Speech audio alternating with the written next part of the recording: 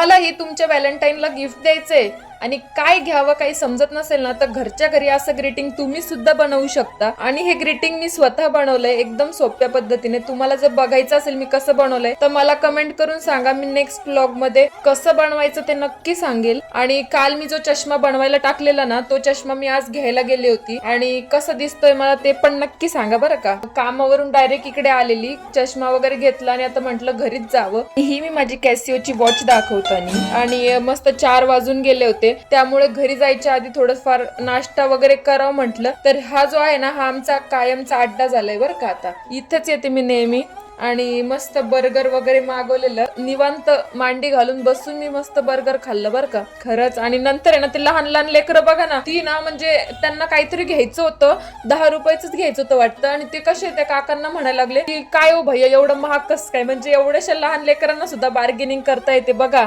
आणि आपल्याला तर काहीच येत नाही. आणि मी ना हे लॉटी चोकोपाई लहानपणी खूप खायची बरं का, त्यामुळे आज मला इच्छा झाली होती म्हणून मी खाल्लं. आणि मी ऐकलं असतं की म्हणे आज रोज डे. काय आहे रोज डे म्हणजे काय? रोज डे रोजचाच डे येतो यार, रोजचा डे असतो. आणि रोज डे मध्ये काय असतं स्पेशल? तरी वाटत नाही काही स्पेशल असेल, कारण 7 फेब्रुवारीला काय वेगळं आहे तुम्हीच मला सांगा.